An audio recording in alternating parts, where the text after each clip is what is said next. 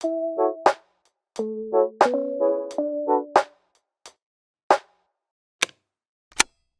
everyone, welcome to my channel. My name is Bailey and I'm the owner of Googoogoogoods. Today's video is actually going to be a tutorial on how I make my key fob wristlets. So as you can see here, I have 6 different sizes. I have 3 that are 1 inch wide, and I have 3 that are 1.25 inch wide, and then I have a small, a medium, and a large size for both the 1 inch and the 1.25 inch. So without further ado, let's just hop on into the tutorial. These are some of the basic supplies that you are going to need to make your key fob wristlets. These are the 3 sizes that I offer. You have small, medium, and large. And these 3 are all cut for my 1 inch hardware. But I also offer it in a 1.25 inch hardware, which I will also show you in this video. So basically, the way that you are going to find your width of your fabric is your keychain hardware length times 4. So this is 1 inch. So these are all going to be 4 inches wide. And my personal preference for lengths, my small is 12 inches long. My medium is going to be 14.5 inches long. And then my large is going to be 17 inches long. And this is the exact same for the 1.25 inch hardware, but the width for that one is going to be 5 inches instead of the 4 that I have for this. So what you're going to need obviously is your fabric cut how I just described, your keychain hardware. Once again, this is the 1.25 and this is the 1 inch. You're going to need some sewing clips, or not if you feel really brave and you just want to go for it. You may not need these, but those are sometimes important. And then you also need your key fob hardware, like crimper, not crimper, but this little guy to close your hardware.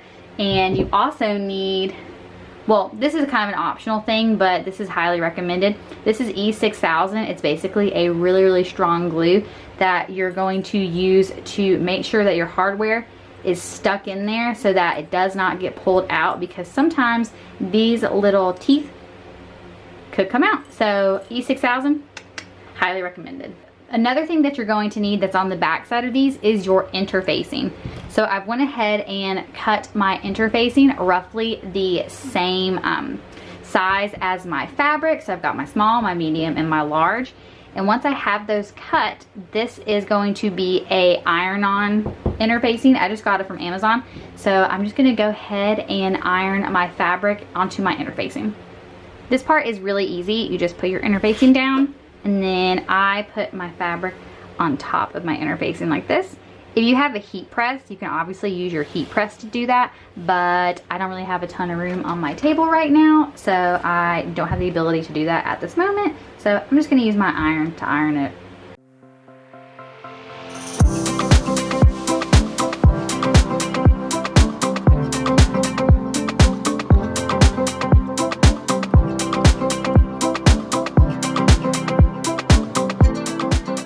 I went ahead and ironed on my interfacing for the 1 inch keychains and then the 1.25 inch keychains. So just to reiterate, this is 4 inches wide and this is 5 inches wide for the 1.25 versus the 1 inch keychain. So after I have done all of that, what I'm gonna do is start folding and pressing my keychains into the quarters. So I'll take my first piece and I'll fold it in half like this. And you can clip it if you want, or you can just believe in yourself and just go for it. I'm just gonna believe in myself and just go for it and iron the half.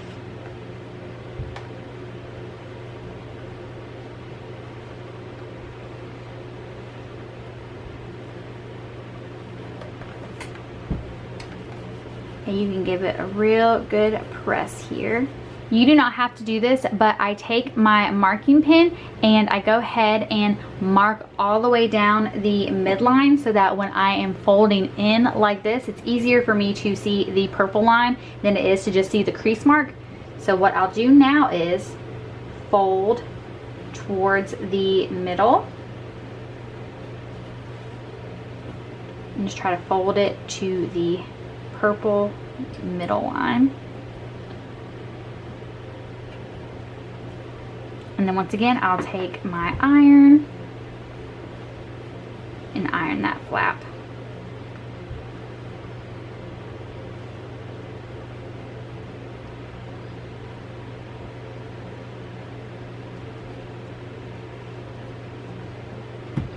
So that's that side, and then I'll flip it over and do it on this side too. I might just clip it because it's being a little finicky.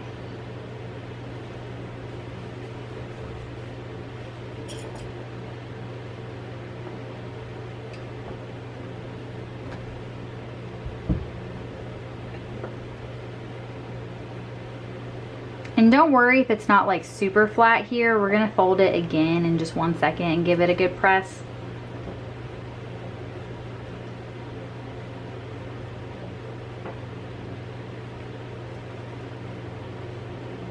Okay, so once you folded it into quarters like that, you're gonna fold it again. And this is where you can clip it if you would like to, but we're just gonna go ahead and give it one more good press.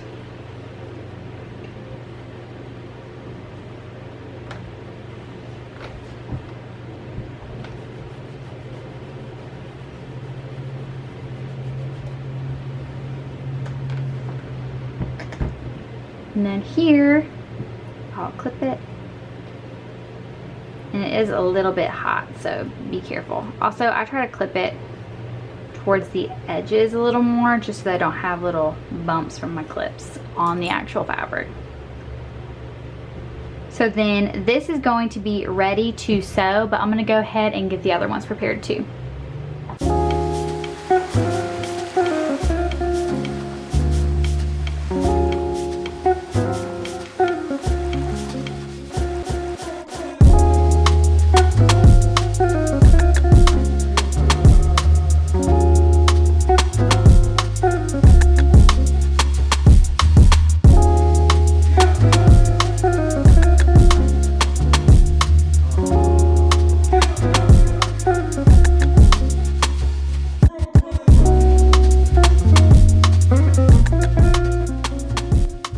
Once I have all of my fabric ready to be sewn, I just bring it over to my sewing machine and I use a stitch length of 3 and about 1/8 of an inch of seam allowance to sew it. So because I have so many, I'm going to try to save time and resources by doing like a chain of them. So I'll sew one, pull it, and then immediately start sewing the other, and you'll see what I mean when I start doing it. So let's just go ahead and get to sewing the first pass.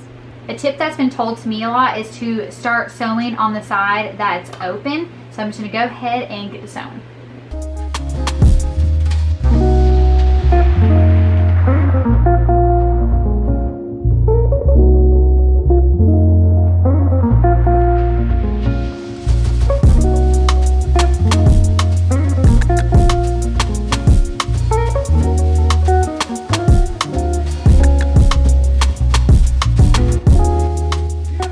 Now that I've gone ahead and done one pass on the side of all the keychains, I went ahead and snipped the thread. So what I'm going to do before I finish with the second line, I'm going to go ahead and give these another press with the iron just to make sure it's nice and flat when it goes in. And that's probably not necessary, but I think it's a good idea. But after I do that, I'll just go ahead and sew the other side as well.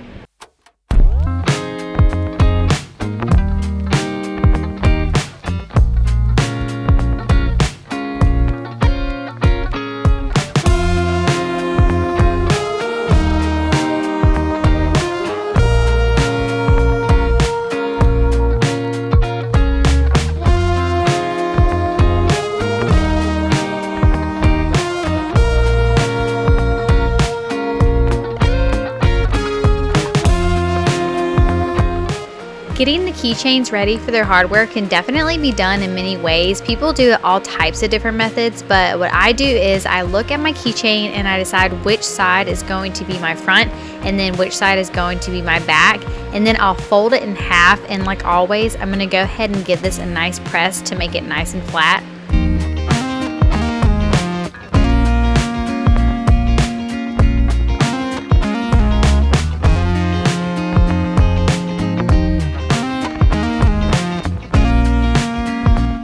Once I've given it a good press, I'm going to go ahead and line my edges up and start to clip them together to get them ready for gluing.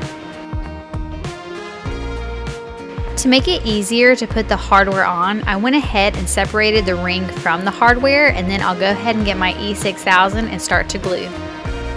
E6000 is sometimes tricky to work with because it's a little bit goopy, but I'll go ahead and glue the top to help keep the edges from fraying and also to help glue the fabric to the hardware. I try to get the edges covered to help with fraying too, and you probably don't need that much E6000, but a lot comes out pretty quickly, so you kind of have to commit to it. Once I'm finished gluing, I'll go ahead and take my hardware and I'm going to slide the freshly glued fabric and make sure that it is level, even, and pushed to the back of the hardware so that the glue is touching the metal.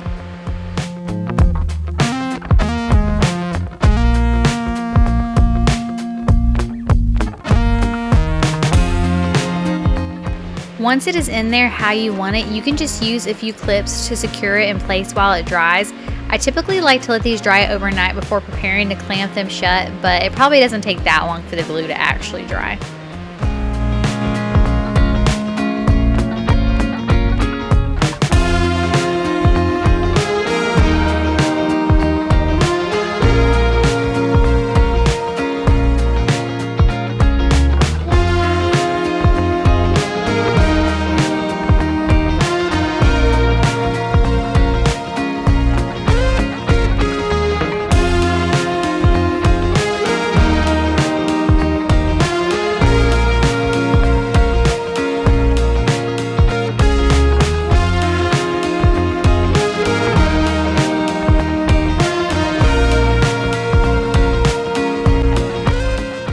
I've let these dry overnight, so the glue should definitely be ready to go. So I'm just going to go ahead and remove all of my clips.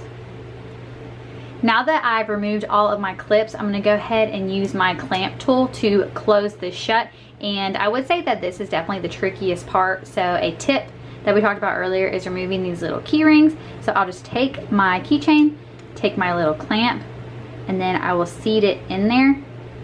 And I kind of try to make it so that the top of the front is kind of seated like this, if you can tell. So then I'll take it and I kind of hold the sides of it, so just be careful to not pinch your fingers. But I'll just take it and clamp. And then I'll take it and clamp both edges shut, and then give it one more pinch like that, and then you've got your keychain. And so when you're pinching it on both sides like that, you're making sure that the little spikies are fully seated, and then you have your keychain.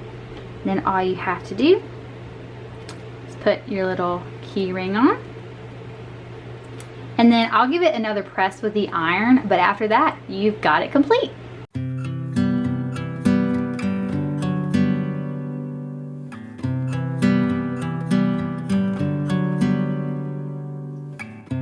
So those are all of the finished key fob wristlets, the small, the medium, and large in the 1 inch, the small, the medium, the large in the 1.25 inch, and I think they turned out great, if I do say so myself.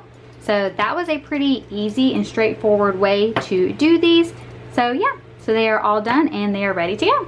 This project is definitely an easy and straightforward one, and also super easy to customize, because you obviously can customize what fabric you use, the color thread you're using, and you can also get a bunch of different types of the key fob hardware. You can even get it in wider than 1.25. So I really hope you enjoyed this tutorial. If you did, please be sure to give it a thumbs up and subscribe for more behind the scenes small business content. And I also do craft fair vlogs. That's kind of a majority of what I do on my channel. But thank you so much for watching, and I hope to see you in the next one. Bye! My headspace, been weaker, it's been waiting for the right day. Like the right day ever comes, now it's Friday.